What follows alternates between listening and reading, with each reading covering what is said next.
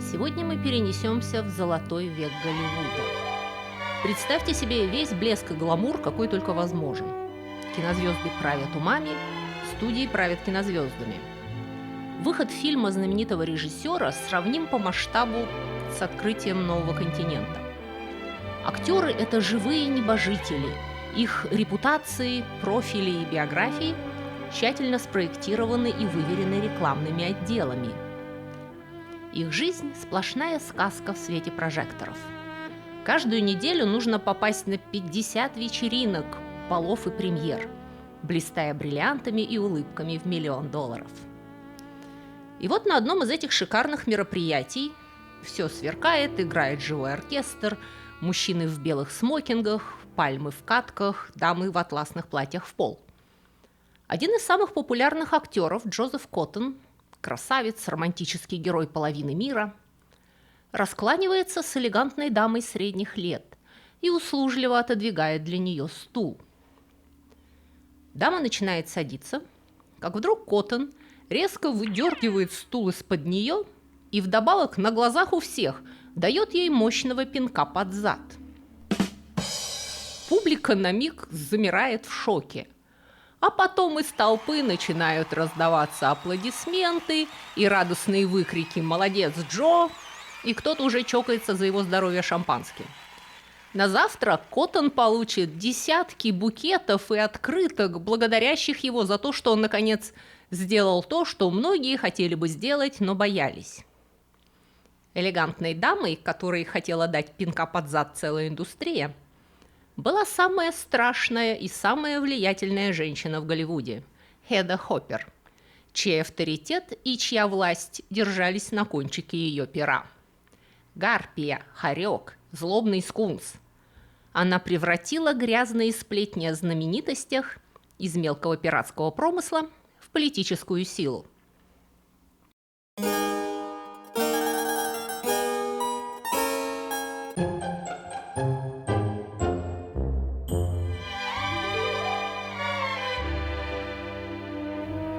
Ее имя при рождении было Эльда Фури, и она была родом из Пенсильвании, из семьи почтенных немецких баптистов, людей религиозных и консервативных. Эльда была средней из 7 выживших детей. Всего у ее родителей родилось 9, но 2 умерли во младенчестве. Это была непростая жизнь. Вместе со своими братьями и сестрами Эльда с детства начала работать в мясном магазине своих родителей. В какой-то момент ее отец уехал на очередную золотую лихорадку в Клондайк, оставив магазин на жену с детьми. Их основной проблемой стали постоянные покупатели, постоянно бравшие товар в долг. У матери Эльды не хватало духу требовать с земляков деньги. И 14-летней Эльде пришлось взять эту обязанность на себя.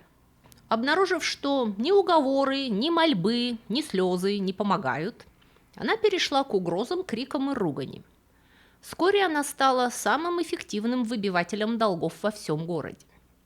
Очень рано Эльда поняла, что, вопреки пословицам и поговоркам, шантажом можно добиться больше, чем добрым словом.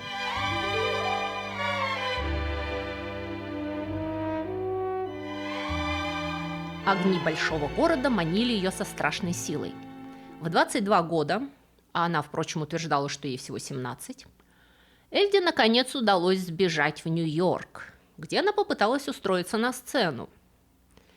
Эльда была достаточно хорошенькой и бойкой, но, к сожалению, на этом ее сценические способности исчерпывались.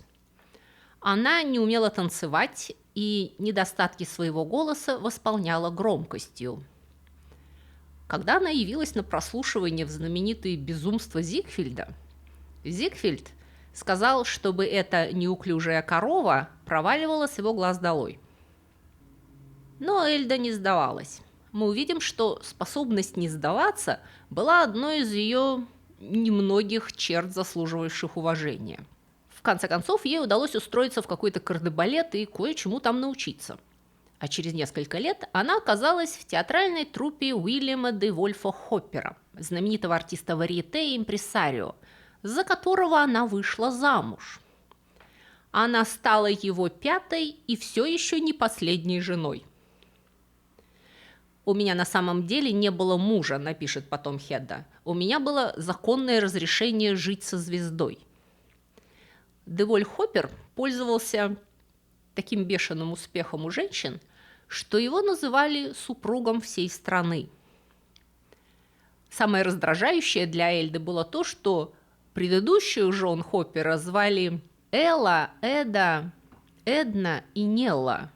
И муж то и дело оговаривался и называл ее именем кого-то из предыдущих жен. Обиженная Эльда заплатила астрологу $10, чтобы та подсказала ей более счастливое имя, которое, может быть, исправит как ее личную, так и профессиональную жизнь. Та предложила ей стать Хеддой. И так появилось одно из самых страшных и известных имен Голливуда – Хедда Хоппер.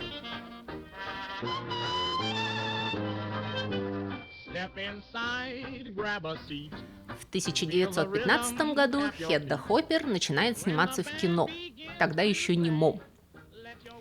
Была ли это магия нового имени, или то, что молчащая и одетая Хедда лучше продавалась, чем говорящая, поющая и в трико? Но ее кинокарьера пошла вверх. В кино тогда были другие правила, и Хедде удалось быстро сориентироваться и начать использовать свои преимущества. Она, может быть, не была талантливой актрисой, но у нее была отличная фигура и хороший вкус, и она умела эффектно себя подать. В одном из самых первых своих фильмов «Добродетельные жены» Хедда решила затмить главную звезду Аниту Стюарт. Хедда пришла на прослушивание, одетая скромненько, как серая мышка, и звезда снисходительно ее одобрила, не увидев в ней конкурентки. А Хедда, получив роль, отправилась в первоклассный бутик «Люсиль» и спустила весь гонорар в размере $5000 на роскошный гардероб, в котором явилась на съемку.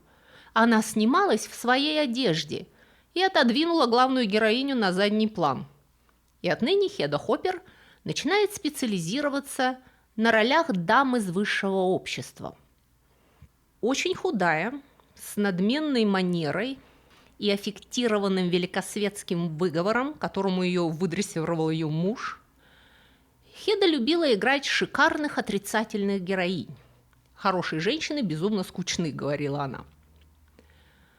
Поразительным образом эта дочка мясника из маленького городка в провинциальной Америке умудрилась выработать в себе класс, шарм и повадки элегантной женщины из общества. Ни одна актриса не могла играть настоящую леди лучше, чем она. Продюсеры, не помнящие ее имени, говорили: «Давайте найдем эту, как ее там, которая играла богатую даму в «Добродетельных женах». Она нам украсит кадр». Хедда начинает неплохо зарабатывать, разводится с мужем и переезжает в Голливуд. За свою 23-летнюю актерскую карьеру Хедда снялась более чем в 120 фильмах.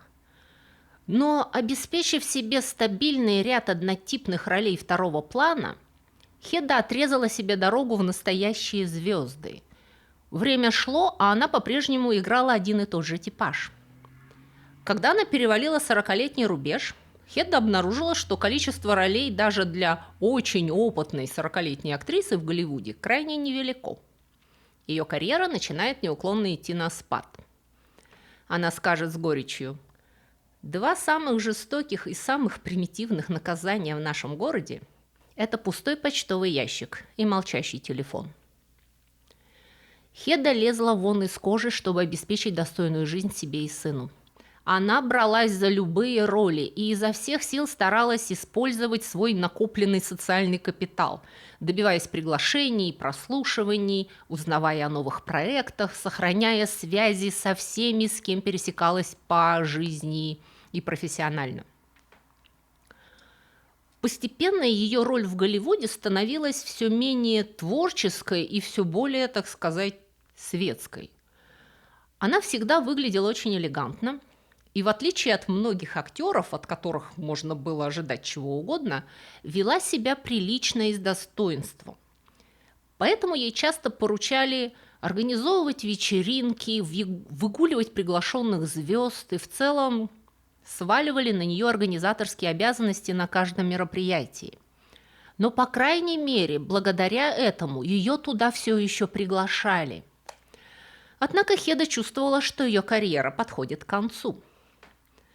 Вместо того, чтобы найти себе нового богатого мужа или впасть в депрессию и алкоголизм, как большинство выходящих в тираж актрис, она стала искать другие источники дохода.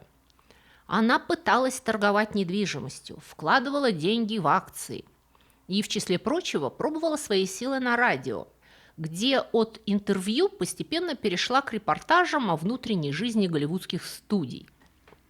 В 1935 году, когда Хеди Хоппер сравнялась 50 лет, ей предложили писать еженедельную колонку голливудских сплетен для газеты The Washington Herald. И это станет началом ее новой, ее главной карьеры.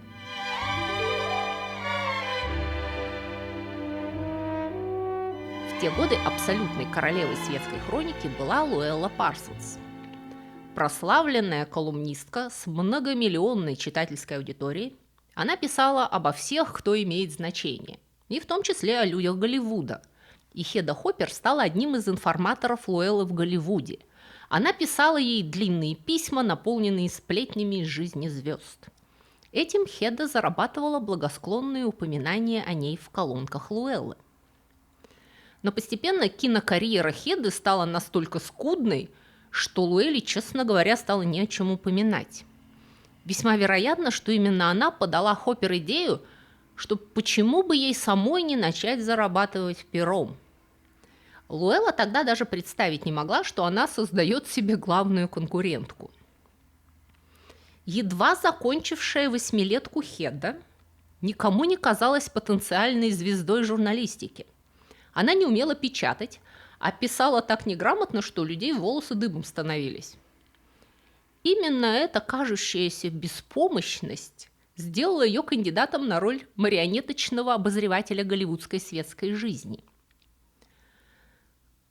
Могущественных глав киностудий, заправлявших тогда всей индустрией кино, раздражала независимость Луэллы Парсонс, которая по своей воле могла построить или разрушить карьеру кинозвезды или решить участь любого фильма.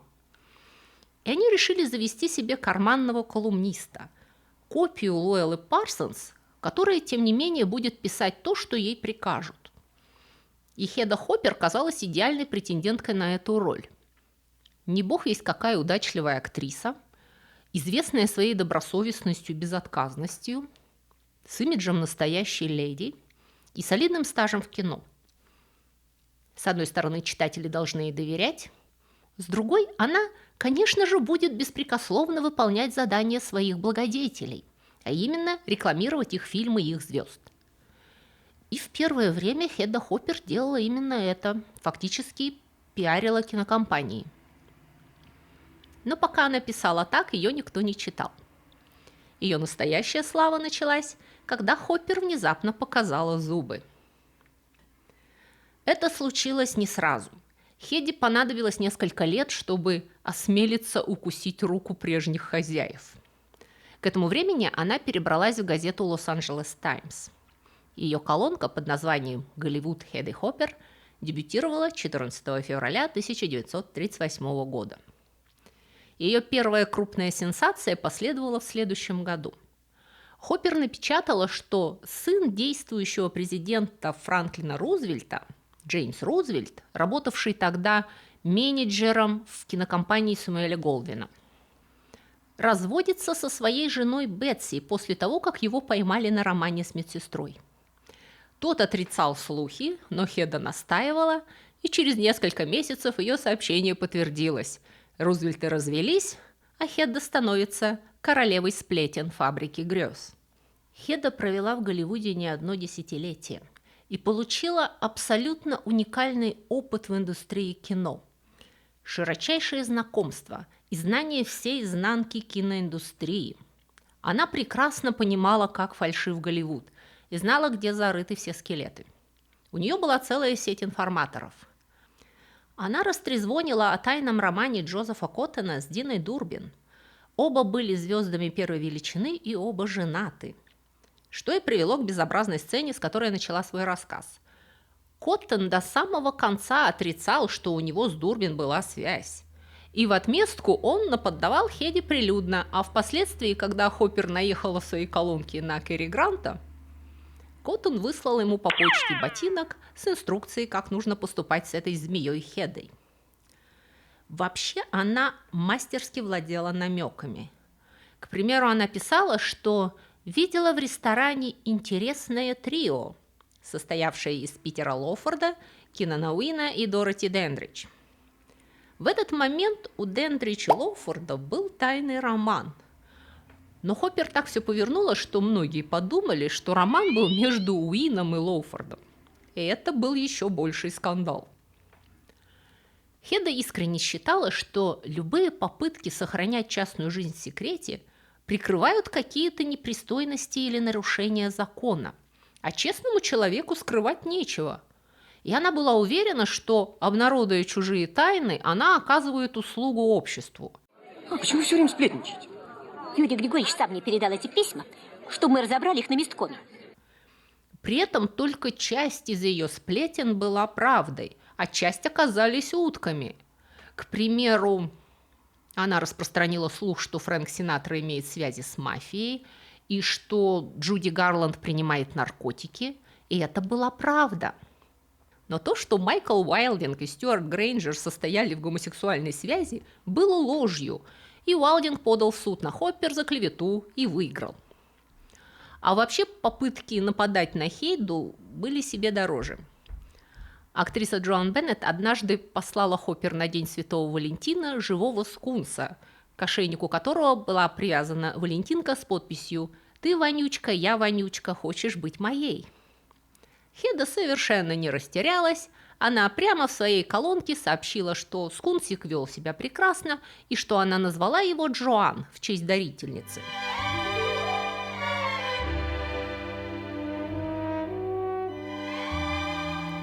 Хочу заметить, что Хеда Хоппер не всегда писала обо всех гадости, отнюдь нет. Если взять весь объем ее писанины, она выпускала свою колонку каждый божий день, включая выходные, без перерывов и отпусков. Так вот, если взять весь объем написанного, то большая часть этого будет положительной.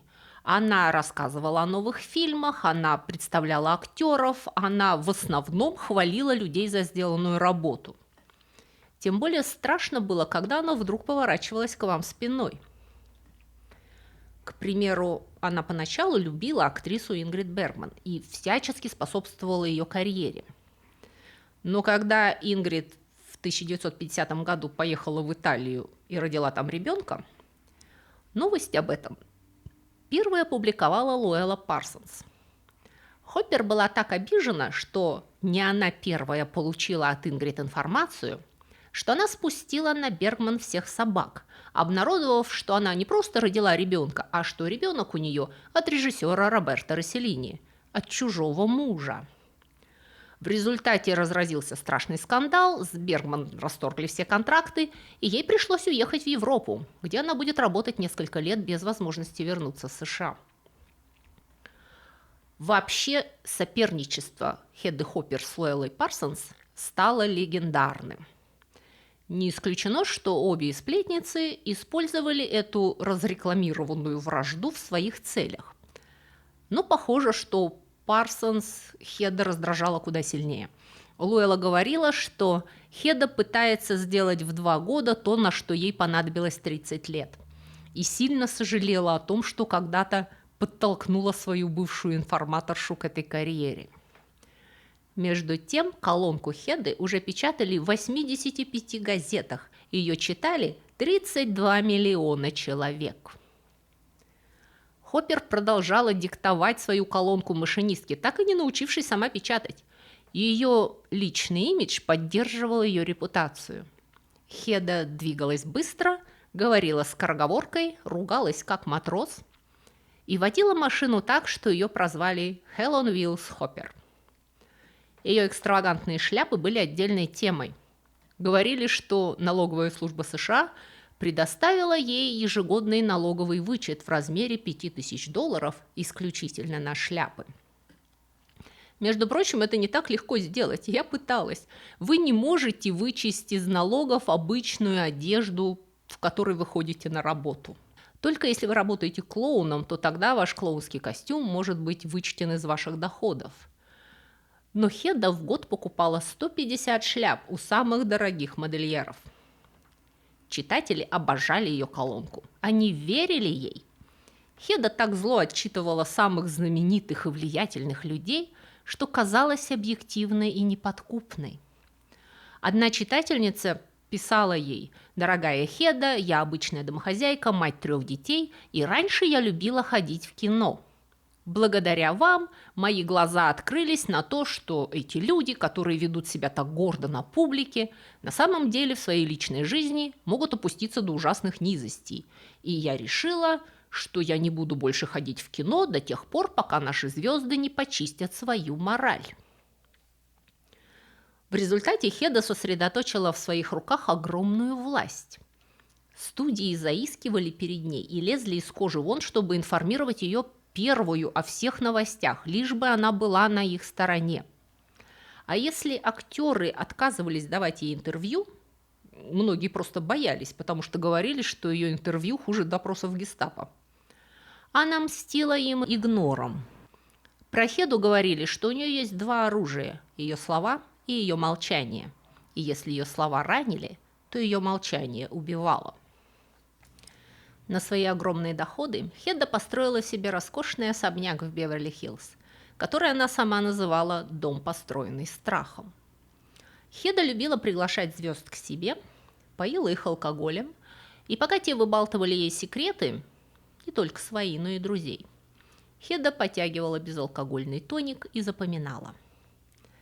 Но сила шантажа и запугивания, которой обладала Хеда, очень быстро вышла за пределы личной жизни и сексуальных грешков. Скоро она начнет уничтожать своих оппонентов силой политического влияния.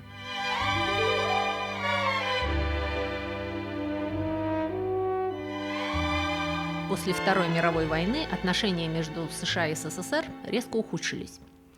После того, как в странах Восточной Европы и Китая установилась советская власть, в США усиливается страх перед коммунистической экспансией. Начинается холодная война. Страна заболевает красной паранойей. Под каждым стулом ищут коммунистических шпионов и периодически находят. В 1947 году президент Трумэн подписывает указ о проверке федеральных служащих на предмет возможной связи с организациями, которые считались тоталитарными, фашистскими, коммунистическими или подрывными. По стране прокатилась волна репрессий. Преследуют не только настоящих членов коммунистической партии, в США такие были, но и всех, кого можно заклеймить левыми. Атмосферу того времени сравнивают с охотой на ведьм в позднее Средневековье. Людей отправляли под суд по совершенно легковесным доказательствам и просто по наговорам врагов. И если против тебя начали разбирательство, единственным способом доказать свою непричастность было указать на других людей, которых ты подозреваешь в подрывной работе и связях с коммунистами. И под флагом борьбы с красной опасностью можно было легко расправиться с любыми политическими противниками, включая тех, кто не имел никакого отношения к коммунистам, а просто, к примеру, критиковал существующее положение вещей и имел свое мнение, не совпадающее с мнением начальства.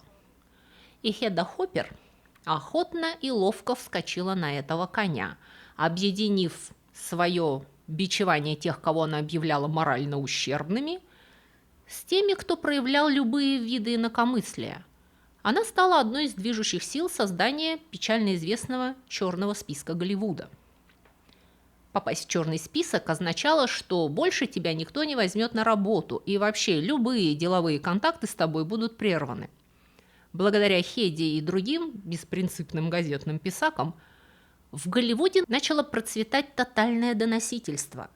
Люди клеветали друг на друга из конъюнктурных соображений, дабы продемонстрировать свою лояльность и устранить конкурентов. Хеда, считавшая себя хранительницей моральных норм в Голливуде, начала ломать карьеры и жизни людей, которые ей по какой-то причине не нравились, пользуясь почти безграничными возможностями, которые предоставила ей антикоммунистическая истерия. Одной из жертв Хоппер стал сценарист Далтон Трамбо, которого она яростно обвиняла в своей колонке в прокоммунистических симпатиях и подрывной деятельности.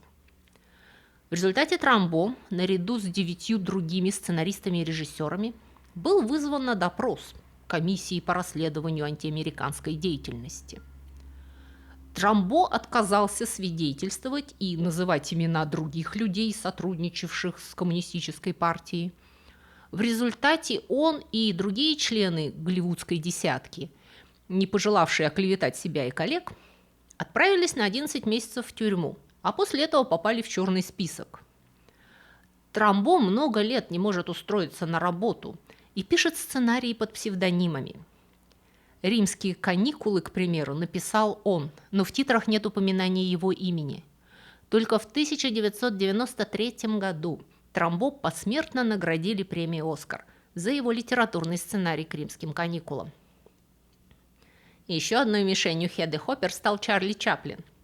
Чаплин вообще был политически очень активным человеком, и во время Второй мировой войны он агитировал за открытие Второго фронта, чтобы помочь Советскому Союзу. И после войны он поддерживал различные группы советско-американской дружбы. В политическом климате 1940-х годов это означало, что Чаплина считали, если не красным, то, по крайней мере, розовым. Чаплин отрицал, что он коммунист, он называл себя миротворцем. Он также открыто протестовал против деятельности комиссии по расследованию антиамериканской деятельности и процессов против подозреваемых в симпатии к коммунистам. Хеда Хоппер возмущалась тем, что Чаплин оставался гражданином Великобритании и не стал американцем. Она считала, что это актом неблагодарности по отношению к стране, которая дала ему так много.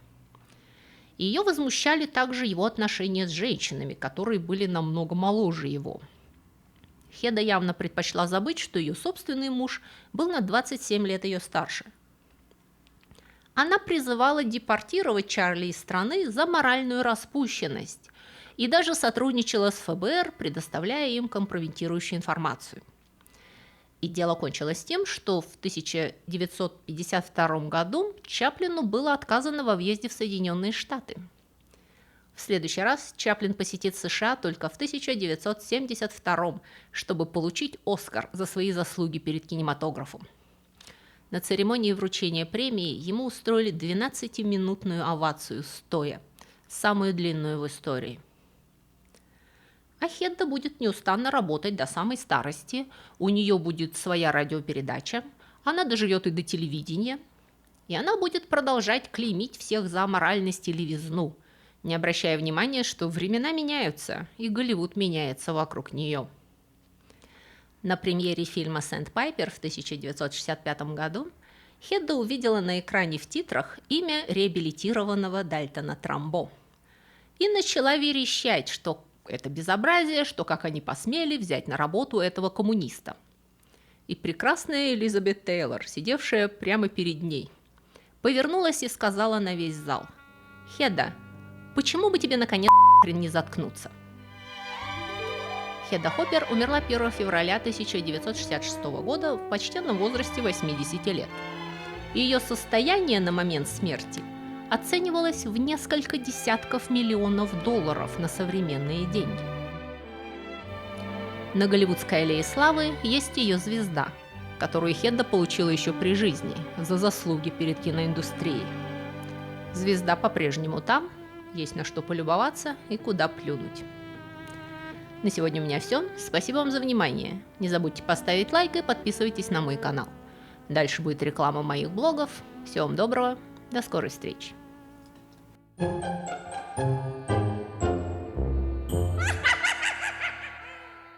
Друзья мои, если вы скучаете между субботами и хотели бы больше и чаще узнавать всякие интересности, касающиеся истории и культуры, и особенно истории бескультурья, то вы можете подписаться на мой блог на Бусти или Патреоне.